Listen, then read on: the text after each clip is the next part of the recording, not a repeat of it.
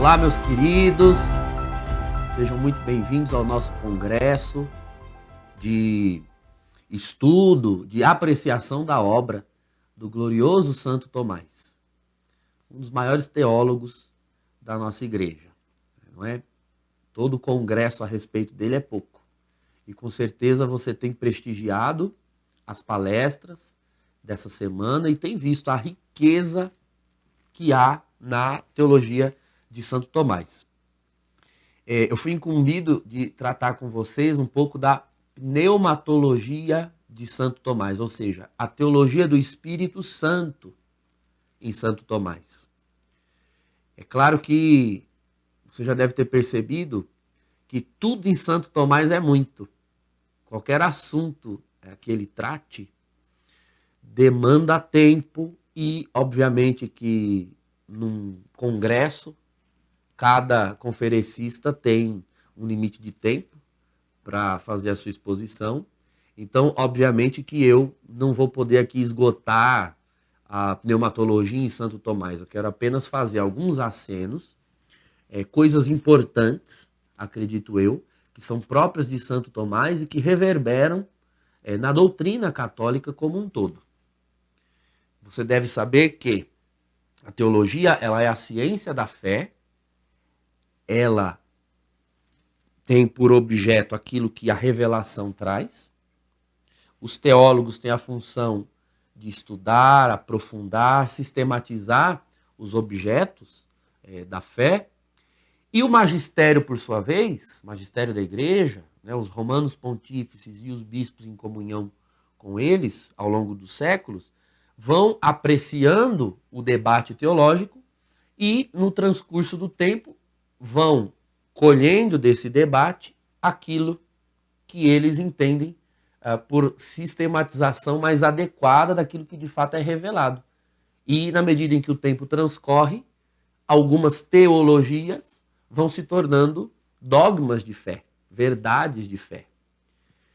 É claro que o substrato da verdade de fé já existia antes do teólogo sistematizar o pensamento. Mas certas sistematizações explicitam melhor aquilo que já era revelado, que já estava no sensus fidei, no senso da fé. Também a fé, a doutrina do Espírito Santo, ela nos foi revelada por Nosso Senhor, nos Evangelhos, e experimentada de modo mais profícuo no derramamento do próprio Espírito Santo na manhã de Pentecostes. Então, a experiência do Espírito Santo, ela é tão antiga quanto a própria igreja.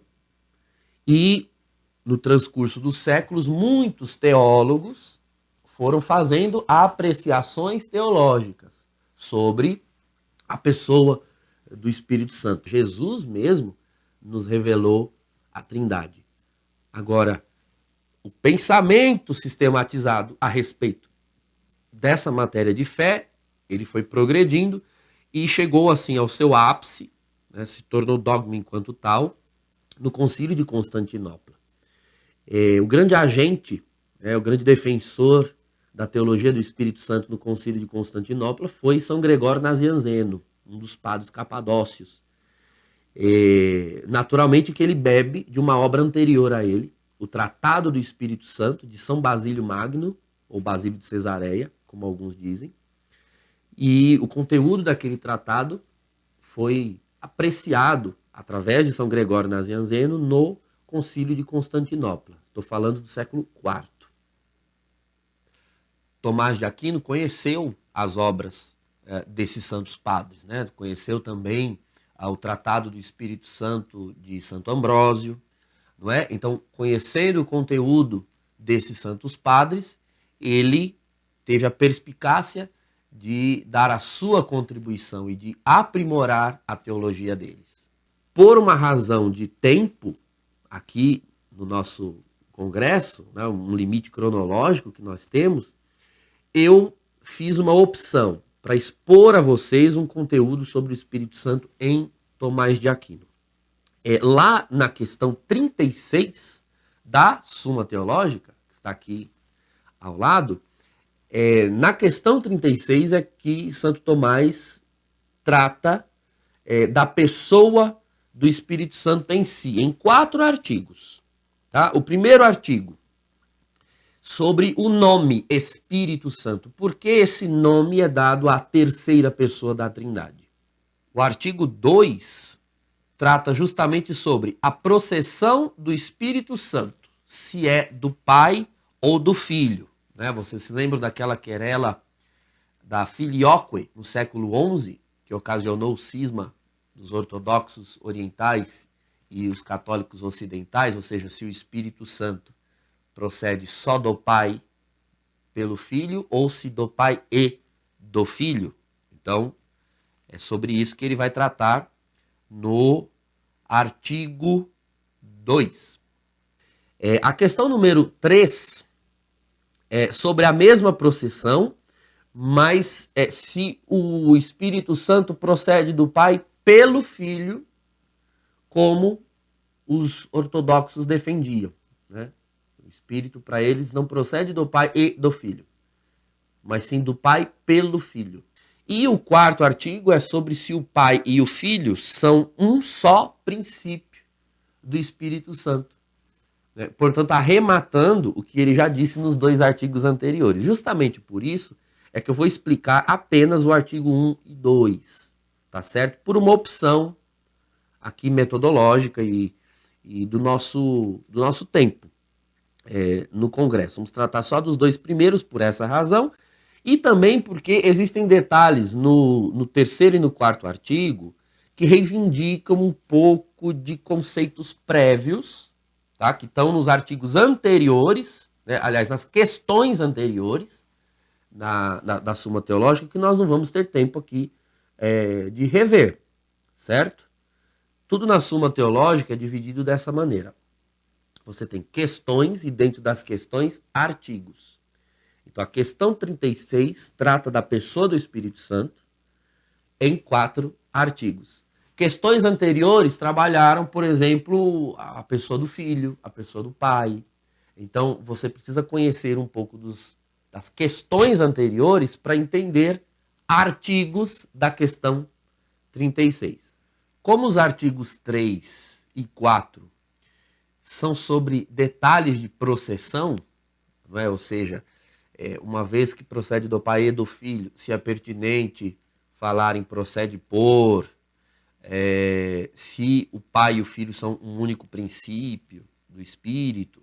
Então, como se trata de detalhes da processão, aqui no nosso congresso, justamente por razões de tempo, aqui na exposição, vamos tratar apenas dos 2 primeiros artigos da questão 36, que não reivindicam também tantos conceitos prévios, não é, quanto esses 2 últimos artigos. As questões anteriores da Suma Teológica trouxeram elementos que seriam fundamentais para nós entendermos o artigo 3 e o 4. Então, aqui na nossa explanação, nós vamos deixar eles de fora. E depois que nós trabalharmos aqui a questão 36, eu vou trabalhar com vocês um pouco sobre virtudes e dons do Espírito Santo, o modo como Santo Tomás organiza, e já não é na questão 36, mas é na questão 49, tá? Então, vamos lá à questão 36. A palavra revelação significa justamente isso. Revelatio, pôr mais um véu em cima. Esperar-se-ia que revelação tirasse o véu ao ponto de nós enxergarmos direito. Mas é no sentido de que Deus, quanto mais revela de si, mais deixa claro que falta a conhecer. Porque ele é eterno, ele é inesgotável. Então, mistério, o conceito mais profundo de mistério no cristianismo, não é aquilo que não pode ser conhecido. Mistério é aquilo que, ao ser conhecido, se revela inesgotável. E revela, né, e demonstra que há muito mais a se conhecer do que aquilo que se acabou de descobrir. Isso é mistério.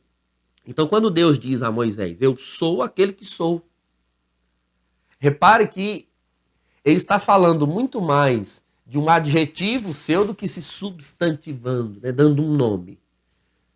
Moisés pergunta, qual o seu nome?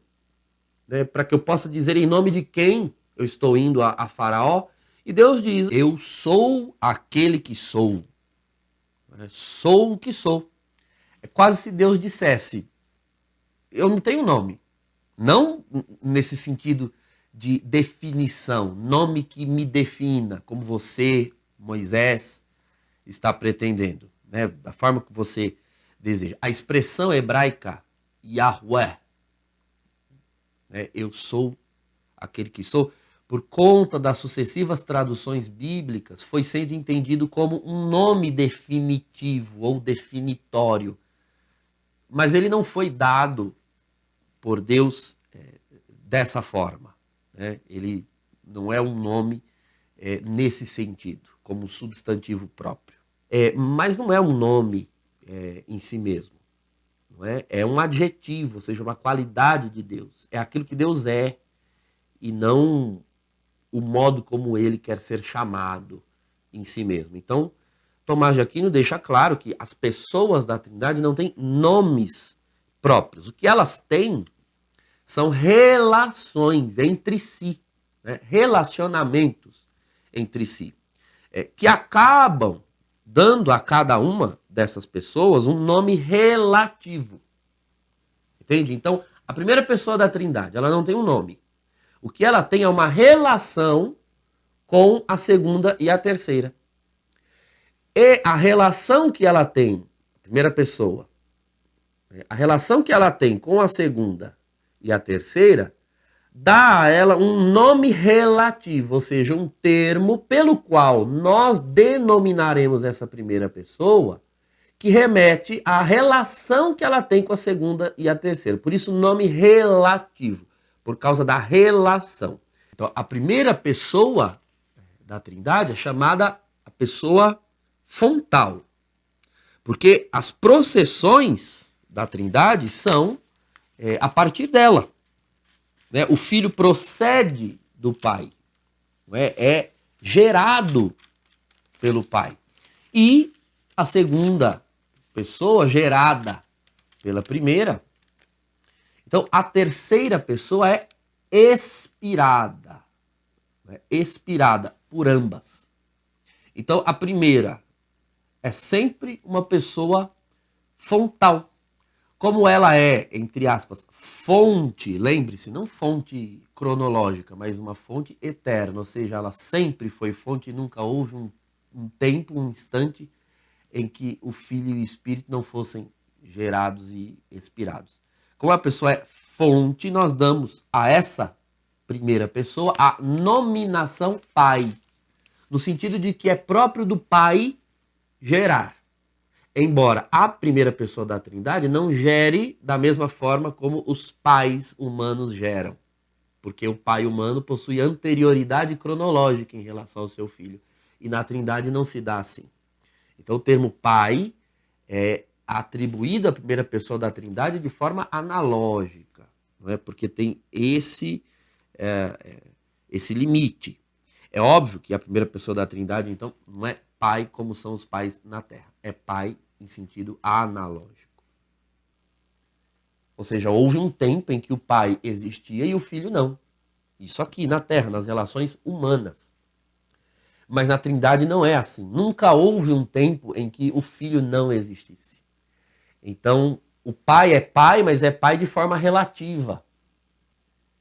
O filho é gerado por ele, mas o pai não é anterior a ele. Anterior no sentido cronológico, ou seja, ele sempre gerou, gera e sempre gerará. Eles são coeternos, como diz o símbolo niceno-constantinopolitano, consubstanciais. São essas relações entre as pessoas da Trindade que as diferenciam entre si. Como elas têm a mesma essência, a mesma substância, se não houvesse algo que as distinguisse, não haveria três pessoas, mas apenas três modos ou manifestações de uma provável única pessoa. Houve essa heresia no início da igreja, o modalismo. uma única pessoa manifestada de modos distintos. E não é isso que se dá na Trindade, são 3 pessoas distintas. Por isso nós nominamos cada pessoa de acordo com as relações de uma para com outra. As relações de uma para com outra é que nos permitem nominá-las. O pai é pai em sentido análogo, tal como o filho também não é filho como são os filhos na terra, porque na terra filhos são cronologicamente posteriores aos seus pais e inclusive anteriormente inexistentes aos pais. E na Trindade nunca houve um instante em que o filho fosse inexistente, ao contrário, ele sempre existiu coeternamente com o pai. E, portanto, esse filho não é filho no sentido dos filhos dos homens, não é? Ele não é posterior ao pai, ele é concomitante na Trindade. Bom, então o termo que define aquela pessoa em relação àquela da qual ela procede eternamente, não no tempo, é o termo que vai definir essa pessoa. Então, o filho é chamado assim em relação ao pai, porque a relação da segunda pessoa é uma relação de processão. A relação da terceira pessoa é de expiração. Essa palavra expiração em teologia, aqui na Suma Teológica, você vai encontrá-la escrita com S, não com X. Nós conhecemos o termo expiração como uma faculdade biológica de expelir o ar, né? Isso é expirar. Acontece que expiração com X é um fôlego que sai para fora de mim. Então, esse fôlego que sai de mim não está mais em mim. Eu já expirei com X. Uma vez soprado, ele não está em mim. Saiu. Mas na Trindade não ocorre dessa forma. Na Trindade não funciona assim. O Pai e o Filho expiram. Um para o outro. O Pai porque ama o Filho. E o Filho porque, amado pelo Pai, ama o Pai igualmente na eternidade. É justamente porque um e outro expiram, ou seja, o Espírito. Então ele, o Espírito, permanece entre eles. Entre eles, portanto, dentro de Deus, sendo Deus com o Pai e o Filho. Dentro da divindade, contendo divindade com o Pai e com o Filho. Então é inspirada com S, nós escrevemos. Essa é a primeira razão pela qual ela é chamada, portanto, de Espírito. Porque expirado. Então, o termo Espírito. O termo Espírito, né, de expirado, remonta justamente, etimologicamente, a aquilo que é soprado. Né? Expirar, soprar. É a tradução latina, spiritus, para o termo grego pneuma, que é ar, e a palavra pneuma foi a tradução grega para o termo hebraico ruach, né? Ruach, no hebraico. Então, ruach, pneuma, daí vem a palavra pneumatologia, né? O estudo do Espírito Santo. Ou lá na medicina se usa o termo pneumologia, para falar de pulmão, né? É a parte da medicina que cuida das vias aéreas, né? Pneumologia. Em teologia, pneumatologia. O estudo do Espírito Santo, né? A teologia do Espírito Santo. Então, espírito, porque expirado, certo? Então, espírito é a pessoa expirada. Agostinho diz que espírito e santo, não é a palavra espírito e a palavra santo, são atribuídas à terceira pessoa porque justamente ambas palavras são comuns a ambas pessoas anteriores, né? O Pai e o Filho. O Pai é espírito e é santo. O Filho é espírito e é santo. Já que a terceira pessoa é a processão de amor entre a primeira e a segunda pessoa, então, Espírito Santo é justamente essa nominação, enquanto nominação única, reservada pelo uso da igreja para se referir à pessoa que procede como amor na imanência da Trindade, nas relações trinitárias. Então, nada mais justo que essa terceira pessoa, inspirada pela primeira, que é Espírito e é Santa, e pela segunda, que é Espírito e é Santa, que essa terceira pessoa seja chamada de Espírito Santo. Porque inspirada por duas pessoas anteriores, veja, não anteriores no sentido temporal, cronológico, anteriores enquanto fonte na Trindade. Então, Espírito Santo, enquanto um nome único, Espírito Santo, é o termo reservado pelo uso da igreja, assim diz Santo Tomás, o termo reservado pelo uso da igreja para se referir à pessoa que procede como amor entre a primeira e a segunda. Ele procede como o amor. A primeira pessoa é amante eterna. Então, isso é tratado da Trindade em Agostinho. Tomás de Aquino cita explicitamente Agostinho no seu Tratado da Trindade. O Pai é eternamente amante do Filho que ele gera. E o Filho, portanto, amado eternamente. Ora, se há um amante e um amado, há um amor tão eterno quanto o amante e o amado. Então, se poderia dizer, não é uma palavra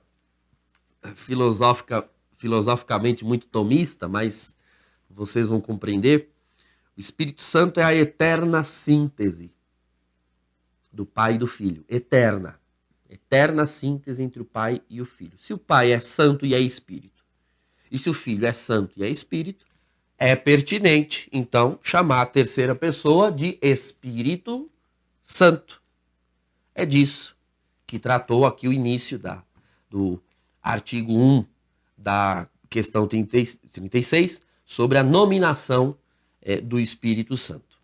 Uma outra razão é justamente pelo fato de que, se essa terceira pessoa é o amor entre o Pai e o Filho, é próprio do amor mover o intelecto, mesmo que o intelecto seja anterior, né? Mesmo que o intelecto anteriormente conheça o amado.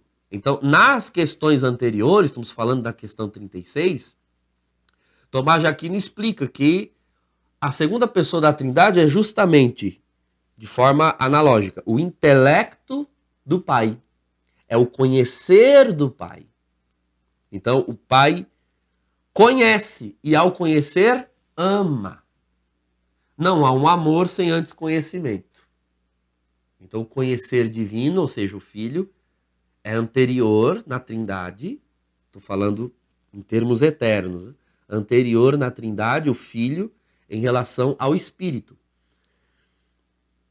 É próprio do amor mover o intelecto, mesmo que seja o intelecto que anteriormente conheça o amado. Mais uma razão para o termo Espírito se aplicar à terceira pessoa. Pois ela é, a terceira pessoa é, na Trindade, a pessoa movente. Percebe que o que move o Pai ao Filho em amor, o Filho ao Pai em amor, é justamente o Espírito. Ora, o princípio movente na natureza é o vento, é o ar. O ar, quando se move, ele move as coisas tocadas por ele. Então, de forma comparativa, é pertinente chamar a terceira pessoa da Trindade de Espírito, ou seja, vento, sopro. Porque a palavra Espírito significa isso, aquilo que move. Assim como o Espírito move o Pai ao Filho e o Filho ao Pai. Esta terceira pessoa, quando ela é derramada sobre a humanidade, ela opera no ser humano o mesmo princípio movente. Não é? O ser humano é movido em direção a Deus, movido em direção um ao outro. O Espírito Santo gera comunhão, unidade com Deus e com os irmãos e irmãos. Então é próprio do Espírito mover. Ele é a pessoa movente na Trindade, também na criação. A terceira pessoa move, renova, desloca, não é? Como faz o vento. Você se lembra em Lucas capítulo 4, quando o texto diz que o Espírito do Senhor está sobre Jesus, realizando a sua messianidade, e Cristo é jogado, não é? Impelido para o deserto. Então, o Espírito é a pessoa movente.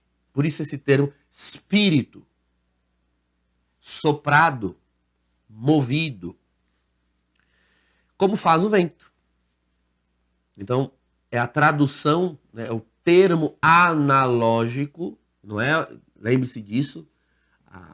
O Espírito Santo é uma pessoa, ele não é um vento, mas é uma pessoa que age como o vento age nas criaturas. É um termo comparativo. E o termo santo, porque tudo que diz respeito à divindade recebe este nome. Nós chamamos a primeira pessoa de o Pai Santo, Pai Santo. Nós chamamos a segunda pessoa de o Filho Santo.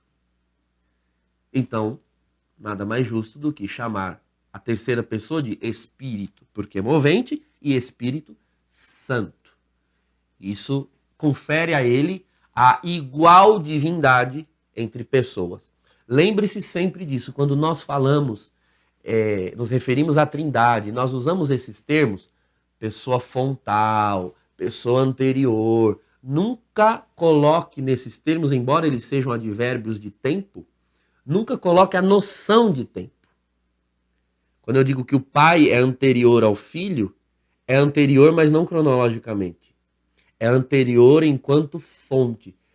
Mas quando, se alguém perguntar, quando foi que o pai gerou o filho pela primeira vez? Nunca houve um quando. O pai sempre gerou o filho. Nunca houve um instante em que o filho não fosse gerado. E, portanto, nunca houve um instante em que o Espírito Santo não fosse expirado. São três pessoas coeternas, o que faz das três pessoas o único Deus. E aí vem o artigo 2 da questão 36, sobre a processão do Espírito Santo. O Espírito Santo procede do Pai e do Filho, como sempre se defendeu no Ocidente, como nós professamos no Credo Niceno, quando rezamos na liturgia romana, né? Qui filioque procedet, né? Que procede do Pai e do Filho. Né? Creio no Espírito Santo, né? Dominum et vivificantum, né? Senhor que dá vida. Qui filioque procedet, que procede do Pai e do Filho. Tomás de Aquino defende que sim, o Espírito Santo procede do Pai e do Filho, já na Trindade imanente. Então veja, temos dois conceitos aqui de Trindade, duas abordagens, melhor dizendo, tá? Duas abordagens, Trindade imanente e Trindade econômica, é a mesma Trindade, tá? Mas depende da abordagem. Trindade imanente é o termo que nós usamos para nos referir ao estudo das relações das pessoas da Trindade nela mesma. Tudo que eu fiz até aqui foi análise da Trindade imanente. O Pai gera o Filho, o Espírito Santo é expirado pelo Pai e pelo Filho. Entende? Eu estou falando como se nós estivéssemos ali dentro da Trindade analisando as relações entre as três. Trindade econômica é um termo que nós usamos para nos referir à ação das pessoas da Trindade na história humana, na economia da salvação, ou seja, no plano da salvação. Houve um período da história em que se tentou encontrar um meio termo entre a teologia oriental e a teologia ocidental, defendendo o seguinte, olha, o Espírito Santo procede só do Pai na imanência, ou seja, lá na Trindade. E procede do Pai e do Filho na economia, porque é o Filho quem alcança o Espírito Santo do Pai para nós. Tomás de Aquino não vai concordar. E existe muita sensatez na teologia de Santo Tomás quanto a isso. Se opõe à teologia oriental, que recusa a filioque como sendo heresia. E ele cita no artigo 2 São João Damasceno como o interlocutor desse artigo. Então, São João Damasceno era um oriental, né, Damasceno de Damasco, na Síria, portanto, é um padre oriental, que defendia que a filioque é errada. Tomás de Aquino cita explicitamente que, lamentavelmente, São João Damasceno desviou-se daquilo que é a teologia correta da processão do Espírito Santo. Tomás explica. Como há uma unidade de essência na Trindade, o que distingue uma pessoa da outra é justamente a oposição de relações. Então veja, como as três pessoas na Trindade têm a mesma essência, né, a mesma substância divina, nós só sabemos que existe distinção de pessoas porque as relações entre elas são distintas. É o que as diferencia. Elas têm a mesma substância, elas têm a mesma essência. Para que haja três pessoas distintas, é preciso que algo as distingua. E que algo é esse? As relações entre elas. Certo? Isso é o que as distingue. São opostas. Opostas no sentido de distintas. Sendo assim, se o Espírito Santo proceder apenas do Pai, assim como o Filho procede do Pai, apenas do Pai. Se o Espírito Santo também proceder apenas do Pai, isso faria do Espírito Santo também um Filho. Entende? Você tem o Pai, o Filho procede do Pai. E aí o Espírito Santo também procede só do Pai. Então, o que distingue, em termos de relação, o Filho do Espírito Santo? Os dois, né, Filho e Espírito Santo, teriam em relação ao Pai a mesma relação. E não haveria, portanto, distinção entre eles. Existiria, portanto, Pai e filhos. E não é assim que nos foi dado a conhecer pelo próprio Espírito Santo, pelo próprio Cristo, nos Santos Evangelhos. Porque ele teria a mesma relação que o Filho tem com o Pai. Não é verdade? Processão filial. É próprio do Filho proceder apenas do Pai. Então, qual pessoa na Trindade procede apenas do Pai? O Filho. Se o Espírito também proceder apenas do Pai, não há distinção de relação entre ele e o Pai em relação ao Filho.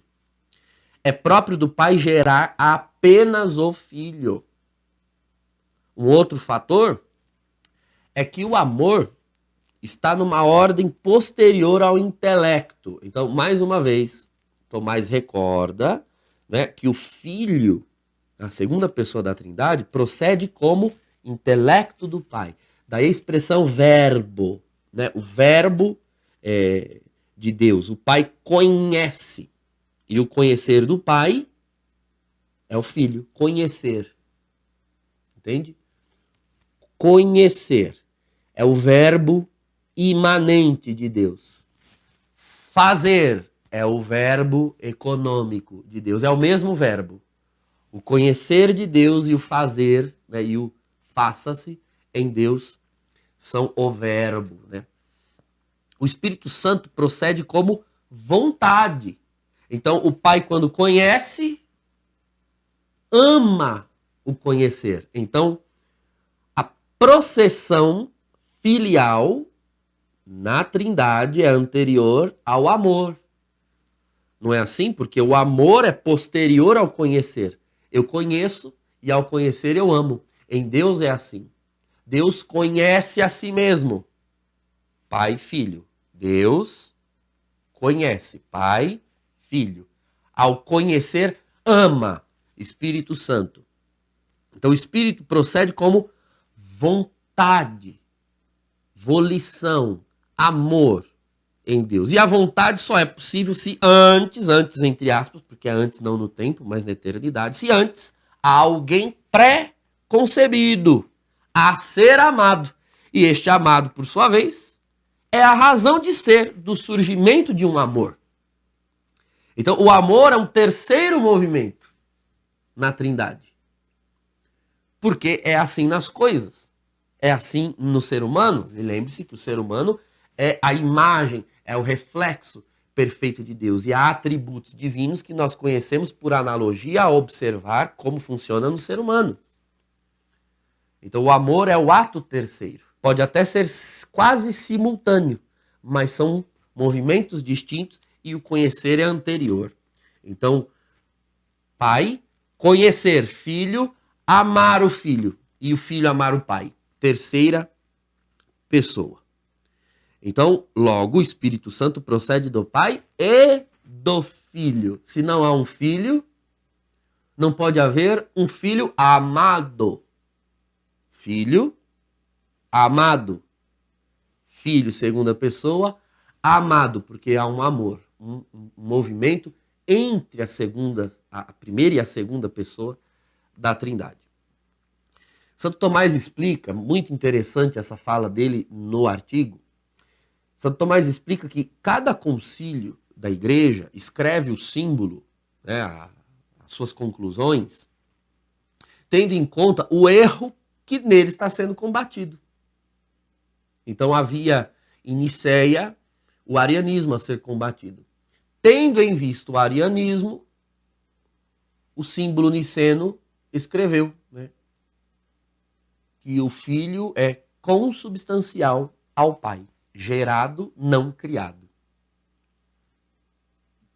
O que o credo tem aqui no bojo? O arianismo a ser combatido.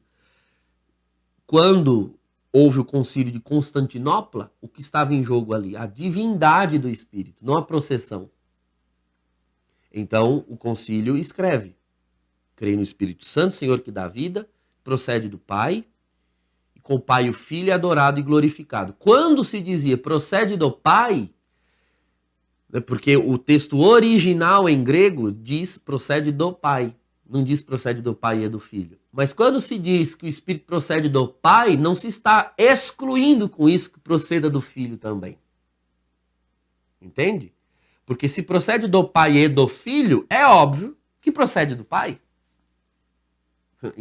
Entende? Proceder de duas pessoas não exclui afirmar que procede de uma. Excluiria dizer que procede de uma exclusivamente. Procede do Pai e do Filho.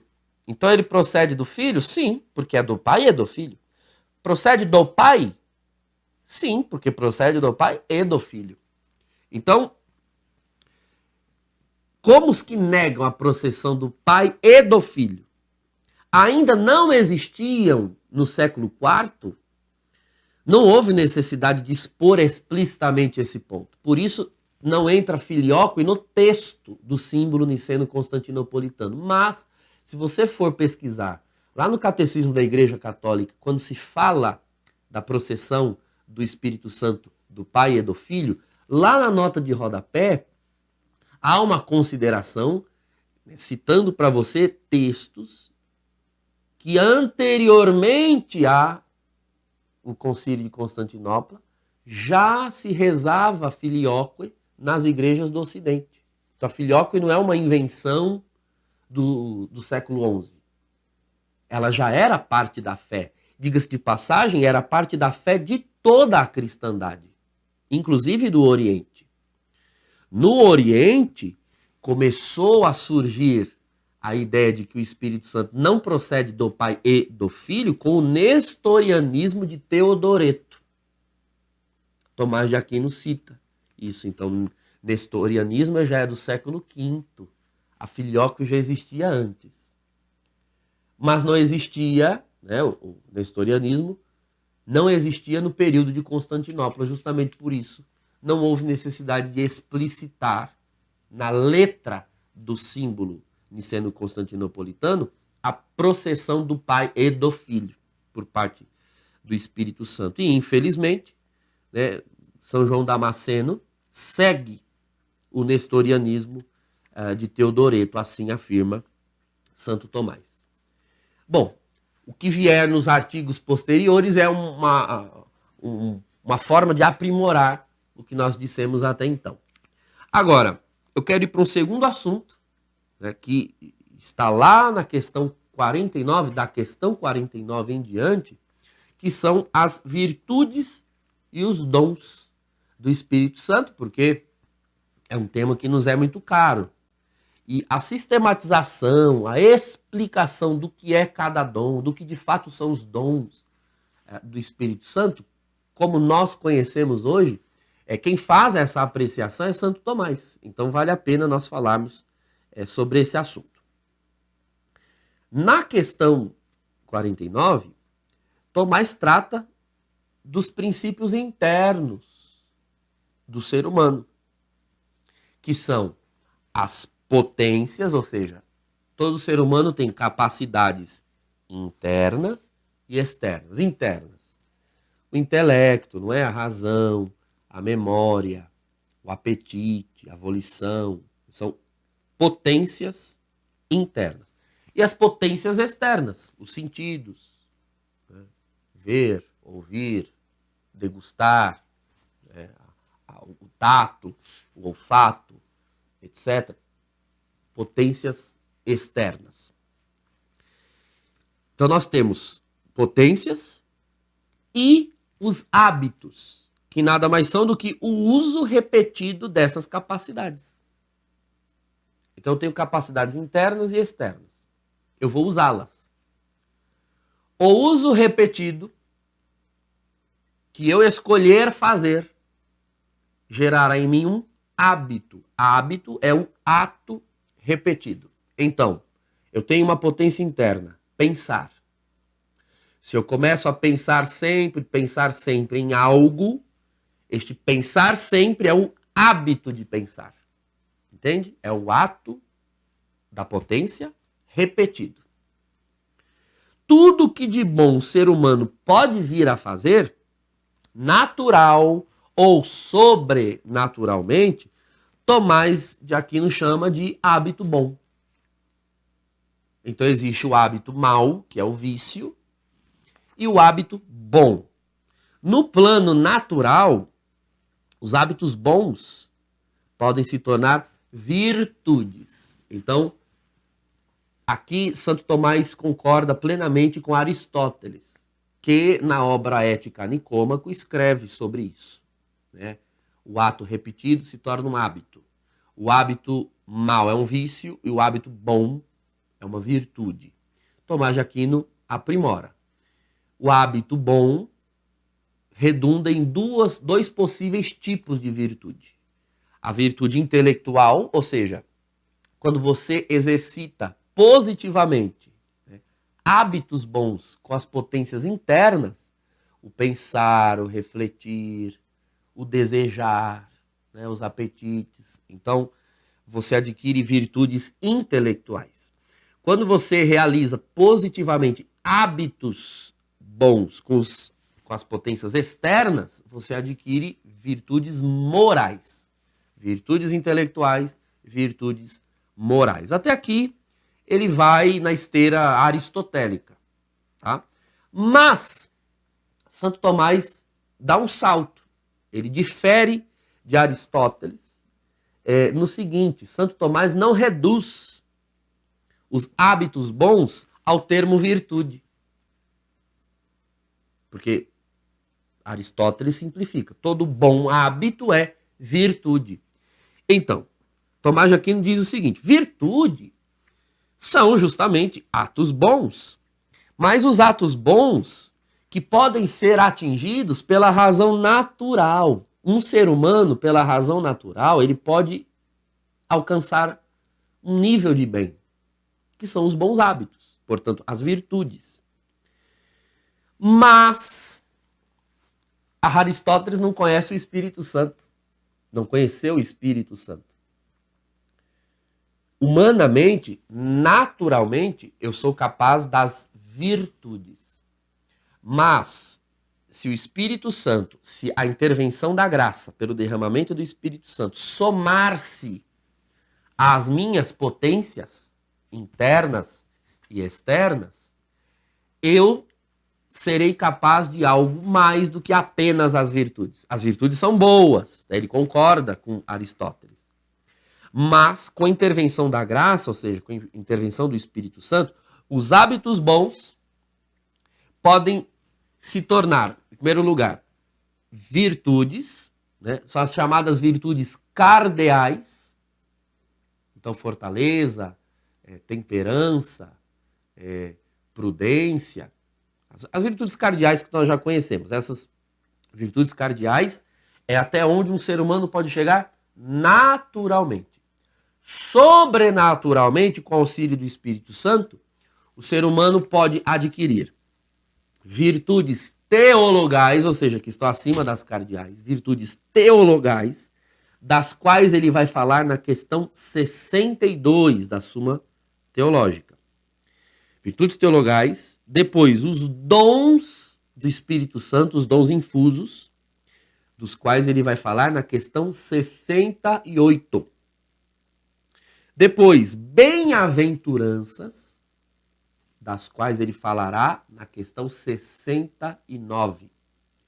E frutos do Espírito Santo, das quais ele vai falar na questão 70. Justamente por causa do nosso tempo aqui, eu só vou falar das duas primeiras, tá certo? Virtudes teologais e os dons do Espírito Santo. Porque são aquelas com as quais nós convivemos mais na literatura católica. Sobretudo na catequese básica. E eu gostaria de elucidar bem aquilo que você já recebeu na catequese básica.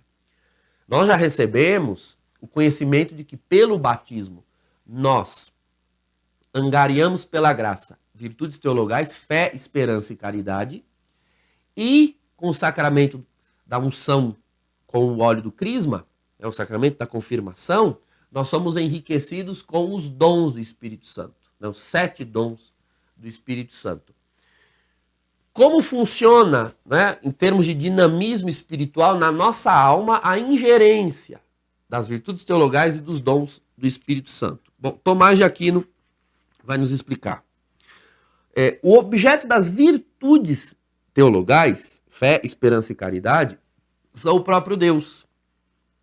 Isto é a obra primordial do Espírito Santo na alma humana, para tornar a alma humana propensa ao seu fim sobrenatural. Então, a alma humana, ela possui um fim, que é o bem. Só que existem bens naturais. Se um ser humano se auto-observar, ele vai verificar que a sua alma foi feita para o bem. Uma vez verificando isso, ele vai se aplicar ao bem, naturalmente.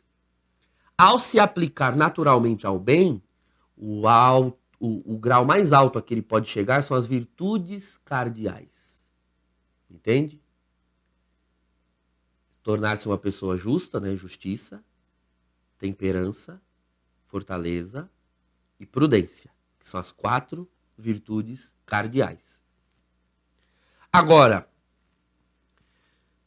a alma humana, o interior humano, não é feito apenas para o bem, o que já é algo bom. A alma humana, ela tem por destino o sumo bem, e o sumo bem é Deus. Então, o justo, o prudente, o forte, o temperante, já é um bom ser humano, mas ainda não é o ser humano em toda a potencialidade em que o ser humano pode vir a ser. É preciso que haja uma intervenção sobrenatural no ser humano para que ele entenda que ele foi criado, sim, para ser justo, forte, temperante e prudente, mas não só isso. Ele precisa ser movido pelo próprio Deus a almejar a Deus mesmo. Não só o bem, mas o sumo bem. Para isso é fundamental uma obra primordial, é a primeira obra do Espírito Santo na alma humana. Ou seja, tornar o ser humano que já é propenso ao bem, agora propenso ao sumo bem. Então as virtudes teologais são a obra primordial. É pelo Espírito Santo, no batismo, que a alma humana, já naturalmente propensa às virtudes cardeais, se torna agora também propensa sobrenaturalmente a Deus, o sumo bem, pela fé, pela esperança e pela caridade. Ao intelecto, nós temos duas potências internas fundamentais, que é o intelecto e a vontade. Né? Eu aponto aqui para a cabeça e para o coração como figuras dessas potências interiores, né? Intelecto e vontade. Ao intelecto, Deus dá a iluminação divina para que o intelecto apreenda, não é? Abstraia, constate, né? Conheça princípios sobrenaturais, ou seja, o conjunto daquilo que deve ser crido.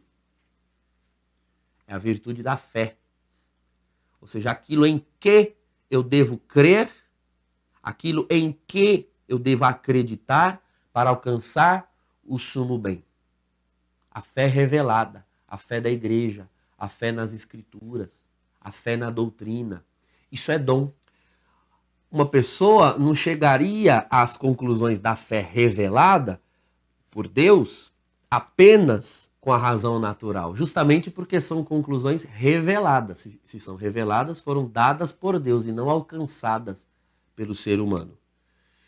O ser humano chegaria, claro, com a sua razão natural, a conclusões positivas, não é? Conclusões positivas de justiça, fortaleza, temperança, prudência, ele chegaria, mas nunca ao patrimônio revelado da fé na doutrina. Chegar ao patrimônio da fé é obra primordial do Espírito Santo na alma. Isso é dado pelo batismo.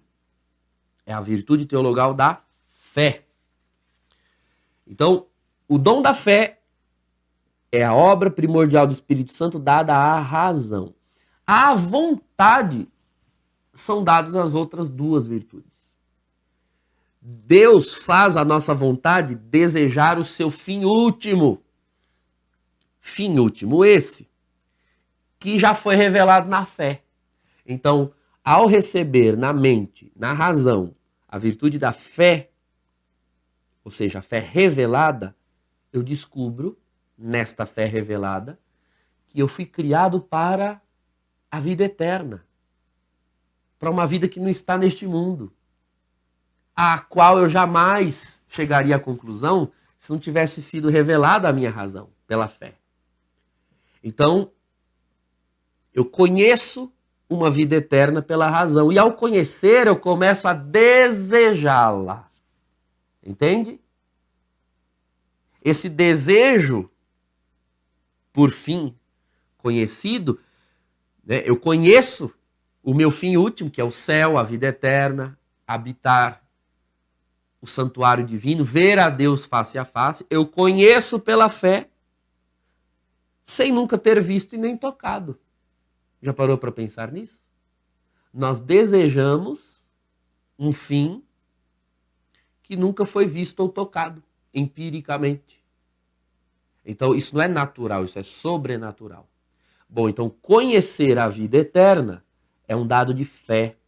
Desejar e me mover em direção à vida eterna é a virtude da esperança. Entende? Então, a vontade de Deus faz desejar o seu fim último, fim este que foi revelado pela fé. A virtude da fé, ela realiza uma obra anterior. E a segunda obra consequente é a da esperança, ou seja, mover-me em direção a esse fim.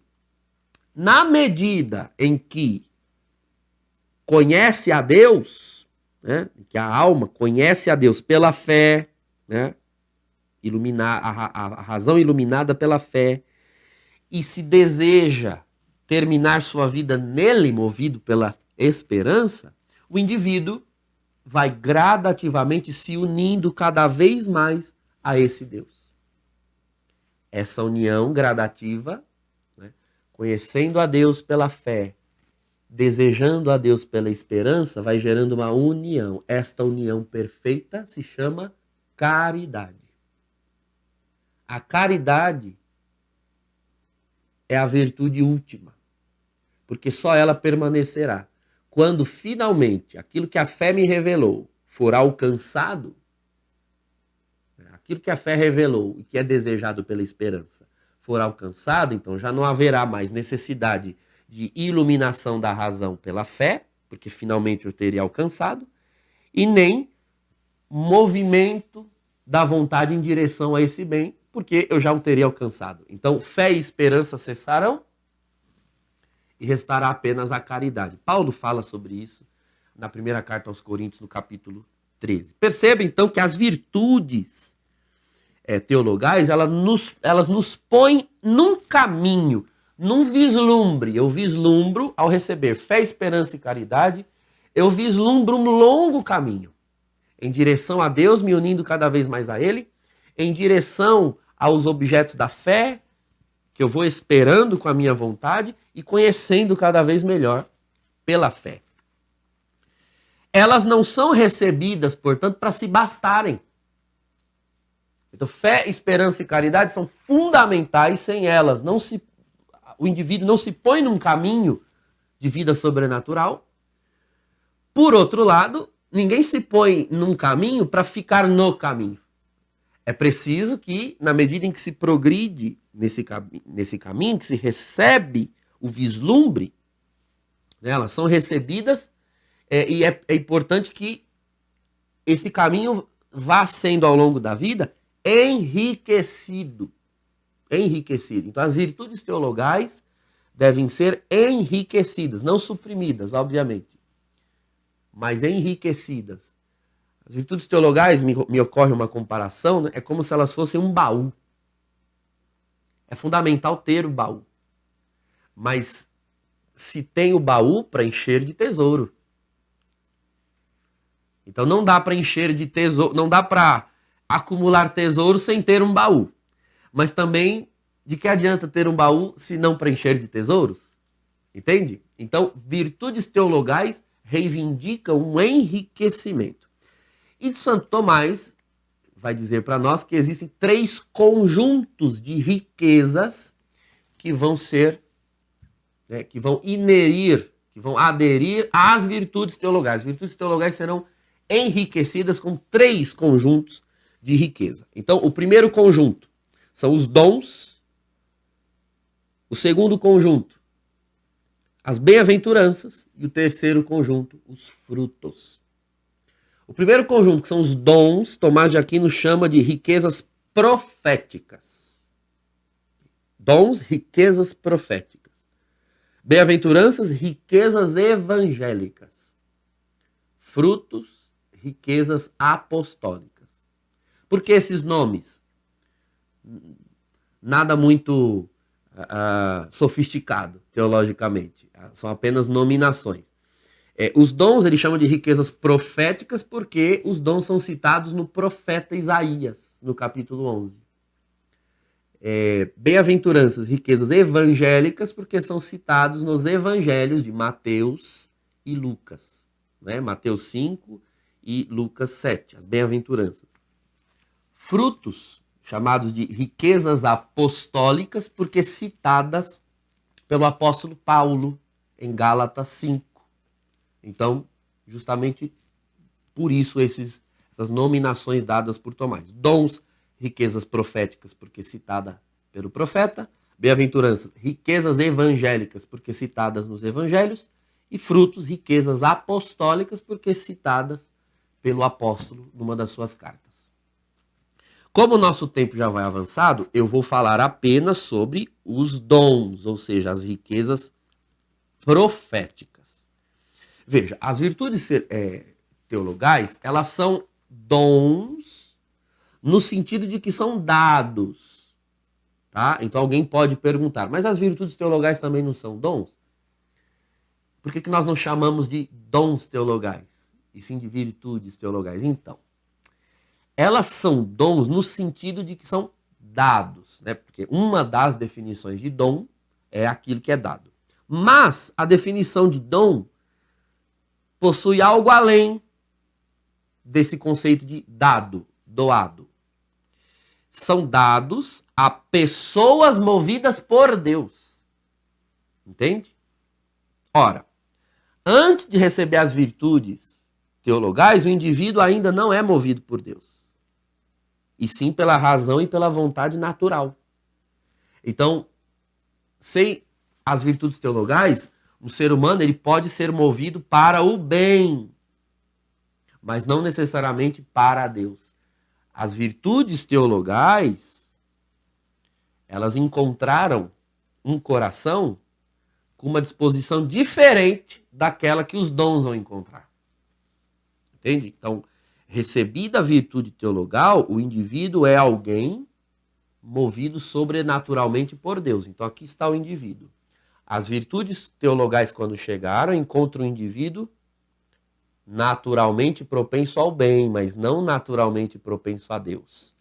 Então, ele recebe as virtudes teologais. Agora virão os dons. Os dons, sim, já vão encontrar alguém movido para Deus. Quem o moveu para Deus? As virtudes teologais. Então, são graças escalonadas.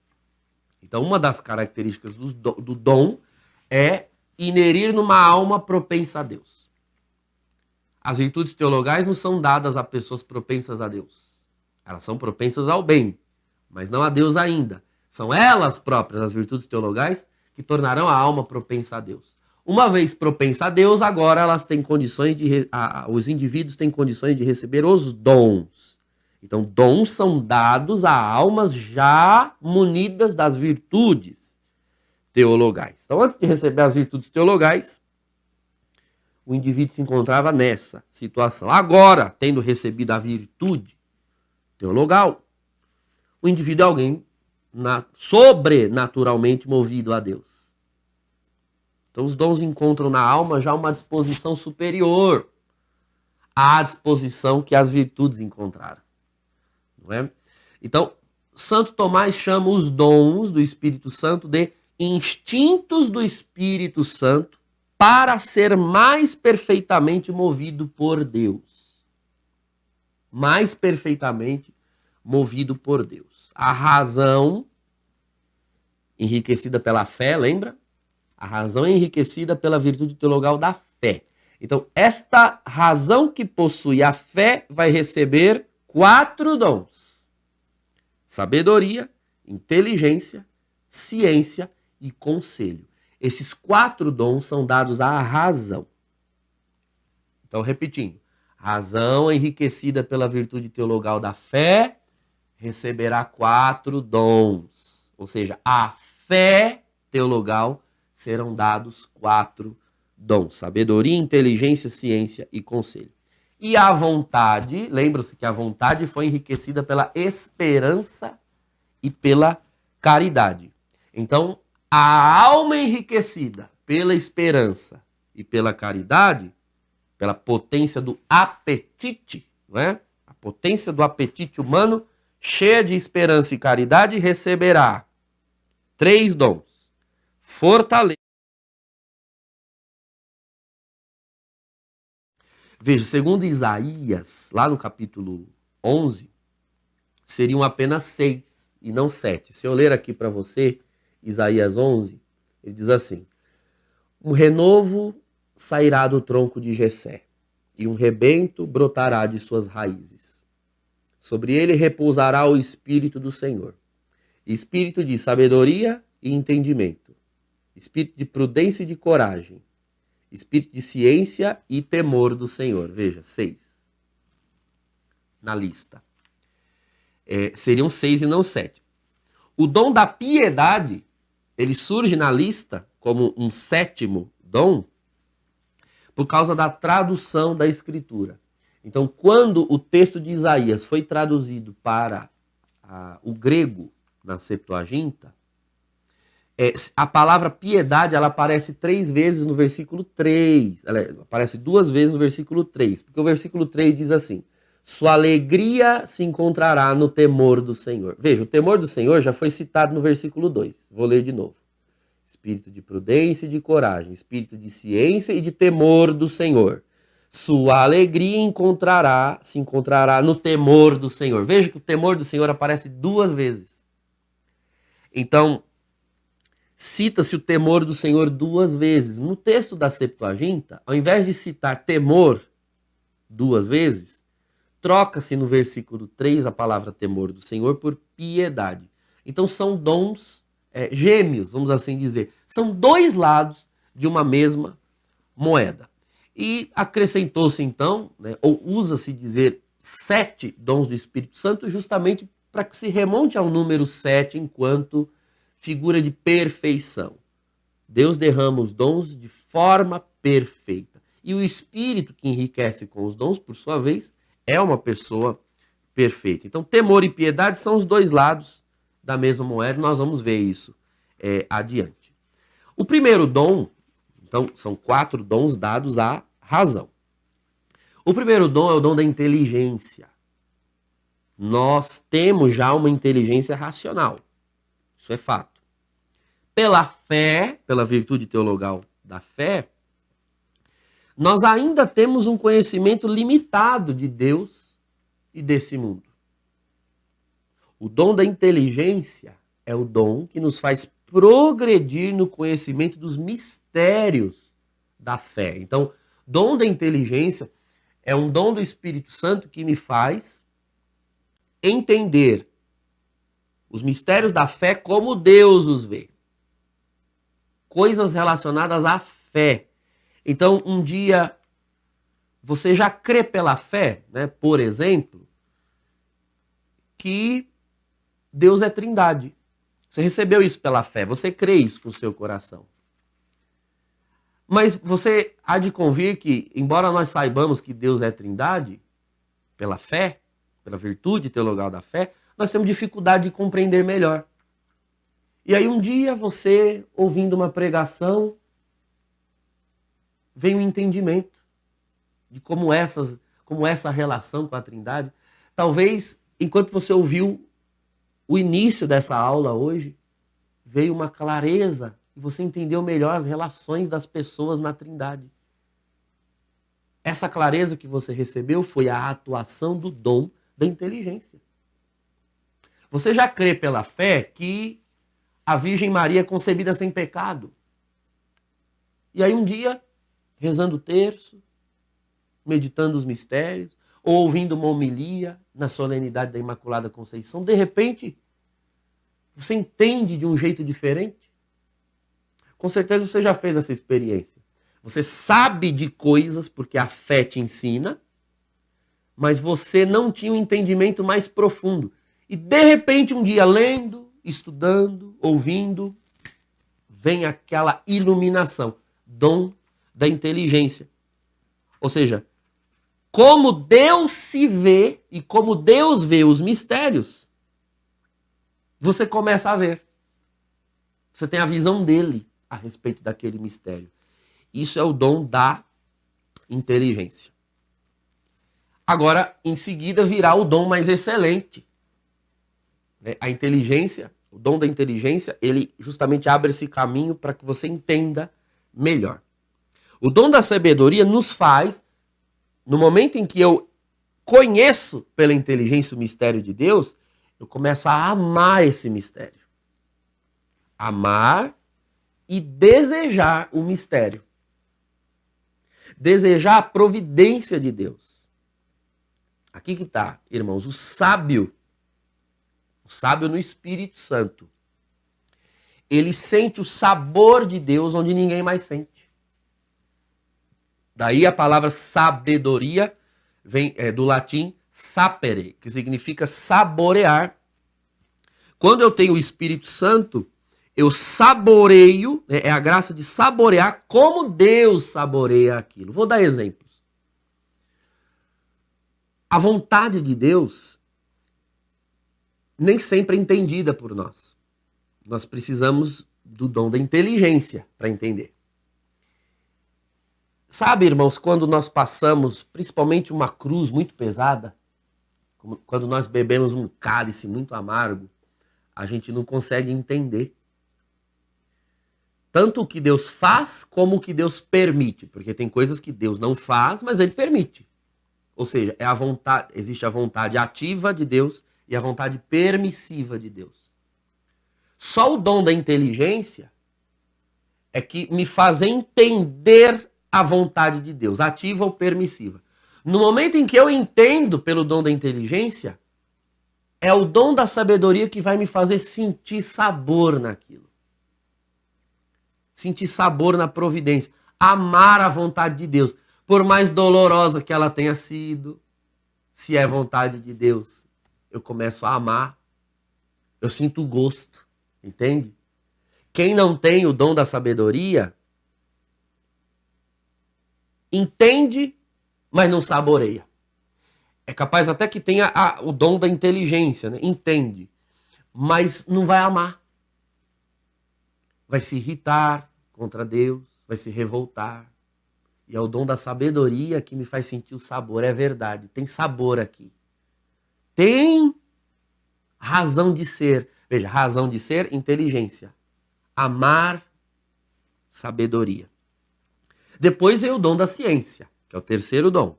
O dom da ciência, ele nos faz progredir no conhecimento das coisas criadas por Deus, tal como Deus as vê. Então, pelo dom da inteligência, eu entendo os mistérios de Deus, coisas espirituais, reveladas pela fé. A razão natural, ela conhece as coisas criadas. Eu conheço o ser humano, os animais, os relacionamentos humanos, enfim, as coisas que Deus criou.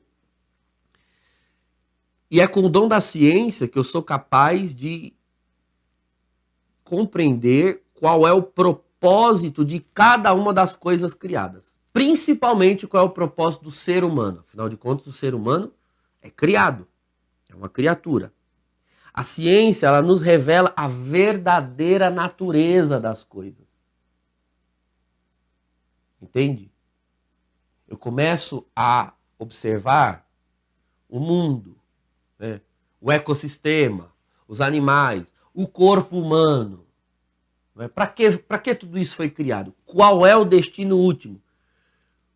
O que Deus tem em mente para as criaturas? Qual é o destino final? Qual é a verdadeira natureza? Entende? Ao mesmo tempo, Deus nos permite ver que por mais excelsa e bela que seja uma criatura, ela nada é. Ela nada proporciona ao homem sem o seu Criador. É o dom da ciência que nos impede de cair em idolatrias.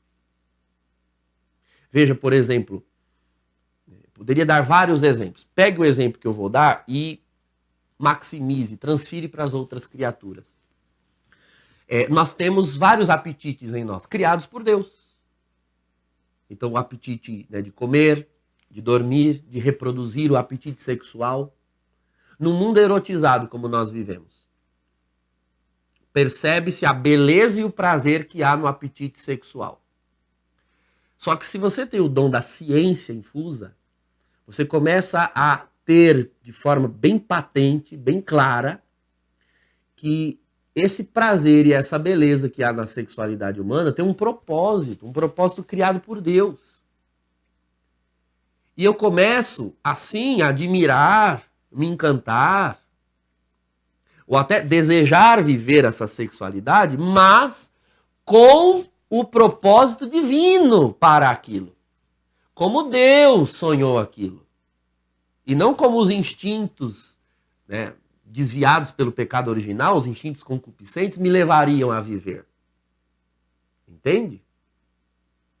Então, o dom da ciência, né, eu começo a ter horror quando vir a minha própria vida se desviando em alguma dimensão daquilo que é a verdadeira finalidade dela.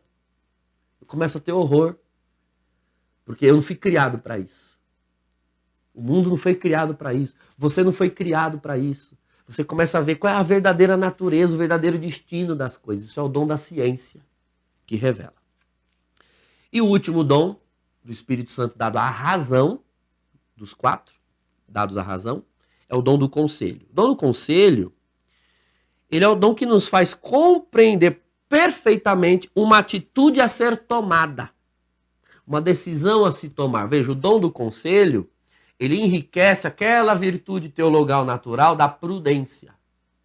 Então, naturalmente, nós podemos adquirir a habilidade de discernir as coisas e saber o que fazer, que atitude tomar, que escolha realizar na vida.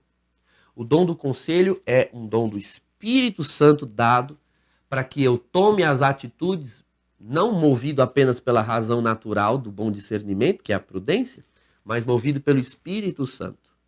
Então, tudo relativo à própria vida da pessoa com Deus e com os irmãos, com a família, o que fazer, que atitude tomar. Então, não entenda dom do conselho como o dom de aconselhar pessoas. Não, é o dom do conselho do Espírito Santo a você. O Espírito Santo te aconselha. É um dom dado para enriquecer a sua alma. Bom, e a vontade, ao apetite da vontade, são dados 3 dons. O primeiro dele é o da fortaleza. O dom da fortaleza é o dom pelo qual o Espírito Santo mesmo vem ser forte na pessoa em situações em que naturalmente, a pessoa não poderia ter força. Entende? A virtude teologal da esperança me faz desejar os fins últimos, não é? Mas tem horas que eu não tenho força de me mover em direção a esse fim último. É o Espírito Santo quem vem ser forte em mim. Não é? A própria pessoa não consegue ser forte naquilo. E ela mesma identifica. Não sou eu que estou de pé nisso daqui. Tem alguém sendo forte em mim. Dom da fortaleza. O maior exemplo da fortaleza na vida dos cristãos são os mártires. É muito difícil nós vermos o dom da fortaleza sendo citado por teólogos sem que se cite os mártires. Os mártires suportavam heroicamente torturas que humanamente ninguém poderia suportar. Nesse mês de janeiro, nós tivemos, na semana passada, 2 memórias. São Sebastião e Santa Inês. Santa Inês celebrada no dia 21 de janeiro. Santa Inês era uma criança, era uma jovenzinha de 12 anos. 12, 13. E ela foi torturada com requintes de crueldade. E suportou heroicamente. Firme, forte, não reclamou. Ora, uma criança que intelectualmente, naturalmente, na primeira dor faria o quê? Pediria o colo da mãe, do pai, imploraria para parar. E ela fica firme por amor a um Cristo que ela só conhece pela fé. Vocês entendem isso? Então, é a virtude da esperança, ou seja, ela espera encontrar a Cristo, fortalecida, enriquecida, daí riquezas, não é? Riquezas proféticas. Virtude da fortaleza enriquecida pelo dom da fortaleza. Uma criança de 12 anos suporta a dor com heroicidade. E também nós, irmãos, nas nossas adversidades, nós percebemos esse dom operando quando nós não sucumbimos em alguma coisa que nós temos certeza que nós sucumbiríamos se não fosse a graça de Deus. Pois bem, essa graça de Deus, quando nós dizemos, olha, se não fosse a graça de Deus, eu já tinha ficado louco. Se não fosse a graça de Deus, eu já teria desistido. Essa graça de Deus é o dom da fortaleza. Ou seja, tem algo fortalecendo a sua vontade. E por isso você segue adiante. O dom do temor do Senhor, o temor de Deus, é o principal dos dons. Ele não é o primeiro, né? Veja que o primeiro lá é o dom da inteligência. Você começa a entender os mistérios de Deus, e aí você passa a amar, porque se você entende sem amar não tem sentido. Então a sabedoria é o dom mais sublime dos dons dados à razão. Mas o dom do temor do Senhor é o objetivo último de todos os dons do Espírito Santo. A Escritura diz, né, que o temor do Senhor é o princípio da sabedoria. Princípio da sabedoria. Então a sabedoria me faz amar. Mas eu nunca chegarei a amar aquilo que eu entendi sem o temor do Senhor. Temor aqui, tá? Não se confunde nem com vergonha, porque existe aquele temor humano, né? Se eu estou no ônibus, eu quero rezar o terço, eu tenho temor de puxar o terço em público, porque as pessoas vão arremedar ou zombar. Então é o temor no sentido de vergonha, não é isso. E existe também o temor no sentido de medo. Medo de um castigo ou de uma punição, também não é temor nesse sentido. O temor aqui se trata de temor em perder a graça divina. Tenho medo de perder a Deus. Medo de perder o amor que Deus tem por mim. Esse temor, então, ele provém também de um tremor. Ou seja, o Espírito Santo me faz enxergar, perceber, sentir quão imensa é a divindade de Deus e a minha pequenez em relação à grandeza soberana de Deus. Eu sou tão pequeno e Ele tão grande que eu tremo. Eu tremo interiormente. E por tremer, eu temo. Imagine, vou usar uma comparação. Você tem diante de si um mar imenso e uma montanha enorme. Imagine uma grande montanha à beira de um mar imenso. Você treme ao ver aquilo. Que grandeza. Treme tanto que você tem medo de acontecer alguma coisa e você nunca mais poder ir àquele lugar. Tão lindo que é. A primeira reação que você tem quando vê uma beleza dessa é: meu Deus, eu preciso voltar aqui. Eu preciso trazer fulano, cicrano, beltrano. Outras pessoas precisam ver, olha que montanha linda. Que hoje em dia nós temos os aparelhos, né, de celular, você logo tira uma foto que você quer compartilhar aquilo, você tem medo de perder. Medo de perder. Aquilo te causa um tremor, né, um deslumbre, uma admiração tão grande que é inadmissível perder a possibilidade de retornar àquela beleza, àquela grandeza. Então, isso se dá interiormente pelo dom do temor de Deus. Eu conheço o mistério de Deus pela inteligência. Os propósitos de Deus para tudo o que há pela ciência. Eu amo aquilo pela sabedoria. Eu tenho medo de perder. O temor de Deus nos ancora em Deus mesmo. E é claro que, se você tem o temor de Deus, o dom do temor de Deus redunda necessariamente no dom da piedade. Eu disse lá no início que o dom da piedade é o outro lado da moeda do temor. Não é? O dom da piedade é a consequência necessária e mais imediata do temor do Senhor. Porque o dom da piedade é o quê? O dom da piedade é a devoção, a disposição, a dedicação a Deus, que se segue de um coração já convencido pelo Espírito Santo de que Deus é grande. Usando a mesma comparação, a alta montanha e o vasto mar. Você senta ali e começa a admirar. Você fica olhando,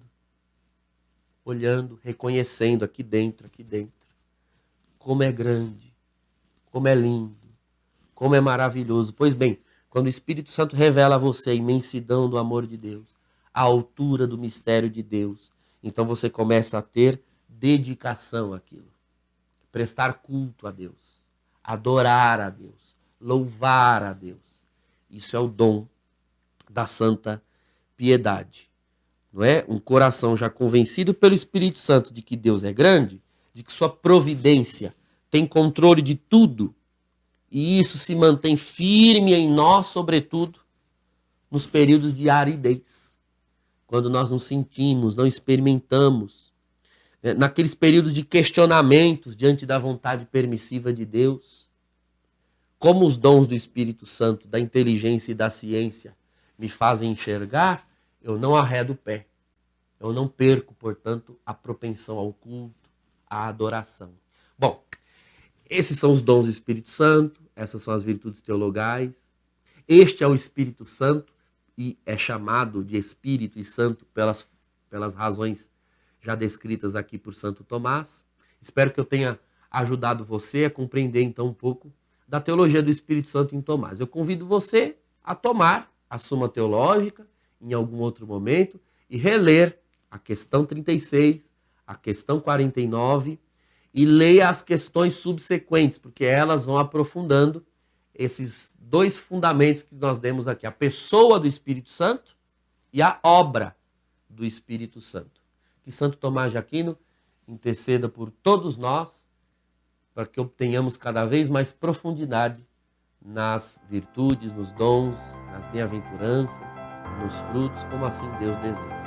Em nome do Pai, do Filho e do Espírito